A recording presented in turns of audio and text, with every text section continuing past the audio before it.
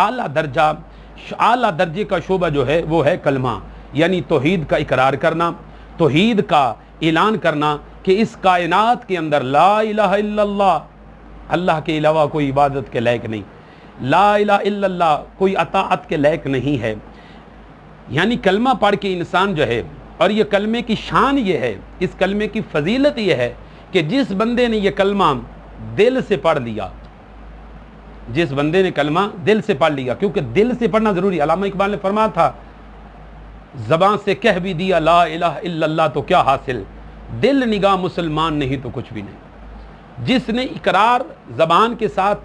اقرار کیا، دل کے ساتھ تصدیق کر دی، محبت کے ساتھ جس نے یہ کلمہ پڑھا، پیار کے ساتھ جس نے یہ کلمہ پڑھا، عقیدت کے ساتھ جس نے کلمہ پڑھا، اللہ رب کائنات جل جلالہ اس بندے پہ کیسا کرم کیا، کیسی انعامات کی بارش فرمائی، اس بندے کے اوپر خالق کائنات نے کیسے فضل کیا۔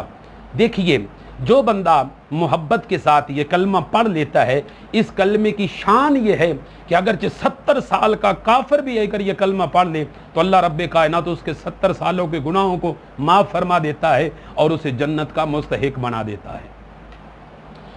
تو جس نے یہ کلمہ پڑھ لیا محبت کے ساتھ، وہ پہلے مغبود تھا تو وہ پھر محبوب بن گیا، پہلے جہنمی تھا اب جنتی بن گیا۔ کلمے کی برکت کیا ہے، کلمے کی فضیلت، فرمایا جس نے یہ محبت کے ساتھ کلمہ پڑھ لیا، فرمایا اس بندے کو اللہ رب کائنات جنت کا مستحق قرار دے دیتا ہے۔ اور سنیے یہ مبالغے کی بات نہیں بلکہ سچے واقعات ہیں۔ آئیے پھر میں آپ کو ایک ایسا واقعہ سناتا ہوں کہ کلمے کی شان بھی ظاہر ہوگی اور رسول اللہ صلی اللہ علیہ وسلم کی شان بھی ظاہر ہوگی۔ سنیے خیبر کے موقع پر جس وقت آقا جانیے کائنات صلی اللہ علیہ وسلم اپنے غلاموں کو لے کر تشریف لے گئے خیبر کے مقام پر، کس لیے؟ یہودیوں کے ساتھ جنگ کرنے کے لیے، یہودیوں کے ساتھ لڑائی کرنے کے لیے۔ جب خیبر کا محاصرہ کیا تو خیبر کے رہنے والا ایک چرواہا بکریاں چرایا کرتا تھا، ایک چرواہا وہاں بکریاں چرایا کرتا تھا، اور وہ بکریاں چرا رہا ہے، اس کا نام اسود تھا، رنگ اس کا سیاہ تھا، کالے رنگ کا تھا، لیکن بکریوں کا چرواہا تھا۔ ایک روز وہ بکریاں چرانے کے لیے خیبر سے باہر آ گیا، اس نے دیکھا کہ مسلمانوں کے لشکر نے یہاں پڑاؤ کیا ہوا ہے۔ اس کے دل میں خیال ہے چلو جا کر پوچھتے تو ہیں، پوچھتے صحیح کیا، کیوں آئے ہو، کس لیے آئے ہو، کیوں آئے ہو۔ تو وہ جب گیا جا کر مسلمانوں سے کہنے لگا کہ بھئی تم یہاں کیوں آئے ہو، تم یہاں کیوں آئے ہو اور تمہارا سردار کون ہے؟ تو صحابہ کرام علیہم رضوان نے کہا کہ صحابہ کرام نے فرمایا ہمارے سردار آقا جانیے کائنات، فخر موجودات، باعث تخلیق کائنات، جناب احمد مجتبی حضرت محمد مصطفیٰ صلی اللہ علیہ وسلم جو فلاں خیمہ ہے اس کے اندر ہمارے سردار آقا کریم علیہ السلام تشریف فرما ہیں، اس کے اندر ہمارے آقا کریم علیہ السلام جلوہ فرما ہیں، اندر مقیم ہیں، تم وہاں جاؤ اور اس سے ملاقات کر لو، تمہاری ملاقات ہوگی۔ اچھا اس کے وہم میں بھی نہیں تھا، اس کے گمان میں بھی نہیں تھا کہ کسی ملک کا بادشاہ، کسی قبیلے کا سردار اور کسی ملک کا اتنا بڑا بادشاہ ہو اور معمولی سا چرواہوں سے جا کر مل لے۔ ایک تو اس کے ذہن میں یہ نہیں آتا تھا، وہ سوچنے پر مجبور ہو گیا کہ میں چرواہا، وہ ملک کا بادشاہ، تو اس سے میری ملاقات کیسی ہوگی۔ اور پھر دوسرے نمبر پر اس کے دل میں خیال آیا کہ اتنا بڑا بادشاہ اور اتنے سادہ سے خیمے کے اندر، اتنا سادہ سے خیمے کے اندر وہ مقیم ہو۔ خیر اس نے کہا کہ بھی دوستو میرے ساتھ مذاق نہ کرو، میرے ساتھ ہنسی مذاق نہ کرو، میں مانتا ہوں غریب ضرور ہوں لیکن یار مذاق تو نہیں نہ کرتے، اتنا بڑا بادشاہ اور اس معمولی خیمے کے اندر مجھ سے ملاقات کرے گا۔ صحابہ کرام نے فرمایا ہم مذاق نہیں کر رہے، ہم حقیقت میں یہ واقعہ تجھے پیش کر رہے ہیں، حقیقت بیان کر رہے ہیں کہ ہمارے آقا کریم علیہ السلام ایسے ہیں، اگر تم ان سے ملنا چاہتے ہو تو جاؤ جا کر مل لو۔ وہ چرواہا چلا گیا حیرانی کے عالم کے اندر، وہ جناب والا حیرانی کے عالم کے اندر نبی علیہ السلام کے خیمے میں داخل ہو گیا۔ جب آقا کریم علیہ السلام کے خیمے میں داخل ہوا تو وہاں جا کر دیکھا نہ کوئی دربان، نہ کوئی چوکی دار، نہ کوئی روکنے والا، نہ کوئی ٹوکنے والا،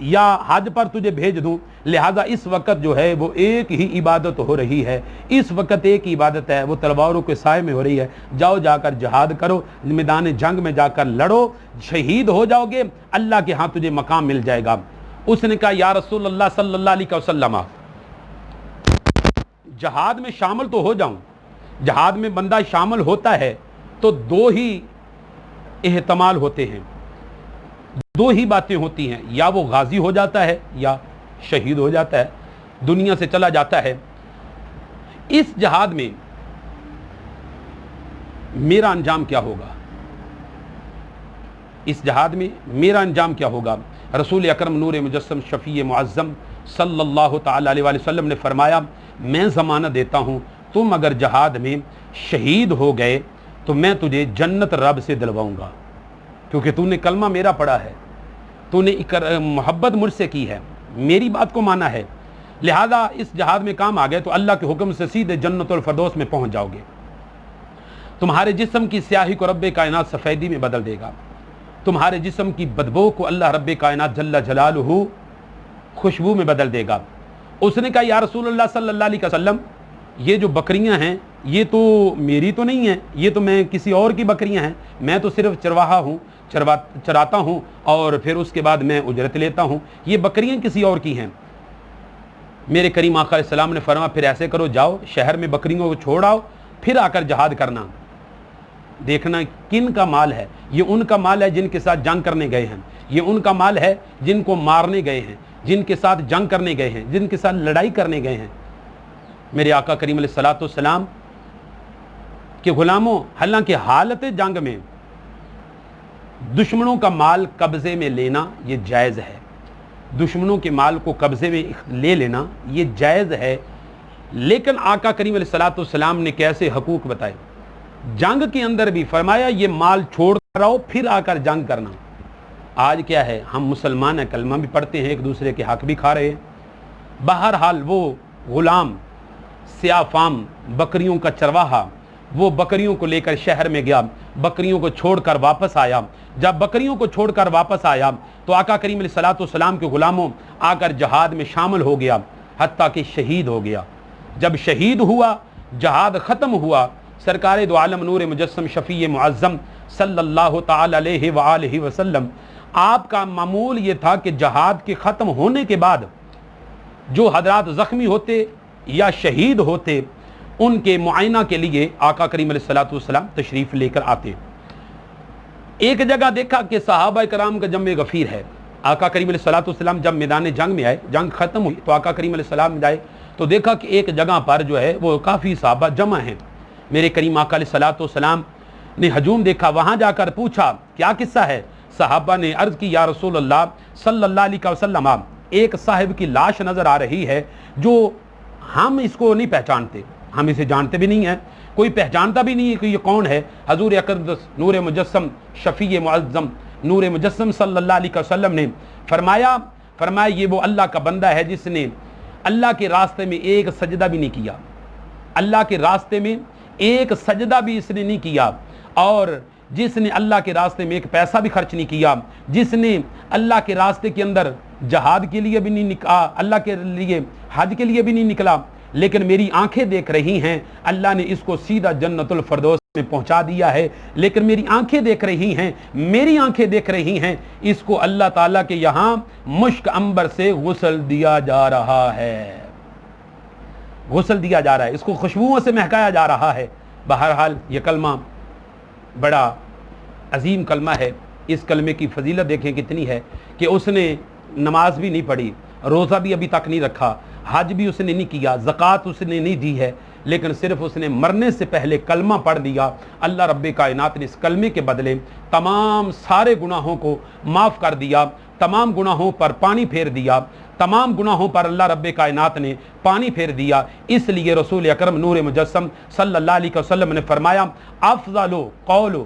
لا الہ الا اللہ،